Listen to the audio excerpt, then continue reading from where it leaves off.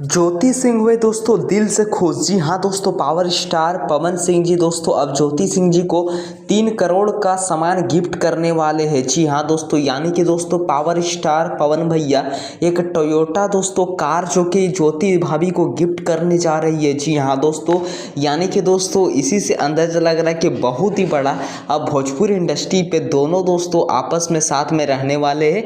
और दोस्तों बहुत सारे भाई लोगों का, बहुत सारे फैंस लोगों का डिमांड आ रहा है कि ये कार आखिर कब तक निकलवाने वाले हैं पवन भैया जी। तो दोस्तों मैं आप सभी को बता दूं कि नवरात्रि के शुभ अवसर पे 22 सितंबर को ये कार को पावर स्टार पवन भैया शोरूम से रिसीव करने वाले हैं। अभी तो सिर्फ बात करने के लिए गए थे। और दोस्तों आप सभी का क्या ओपिनियन है, क्या रहे, प्लीज़ मुझे अपना राय, अपना एक जरूर ओपिनियन अच्छा से दीजिएगा कि आखिर ज्योति भाभी एंड पवन सिंह जी अगर साथ में रहते हैं तो मतलब कैसा माहौल बनेगा, क्या कुछ होने वाला। प्लीज़ अपना एक कॉमेंट जरूर आप लोग कॉमेंट बॉक्स में मेरे वीडियो के नीचे कीजिएगा।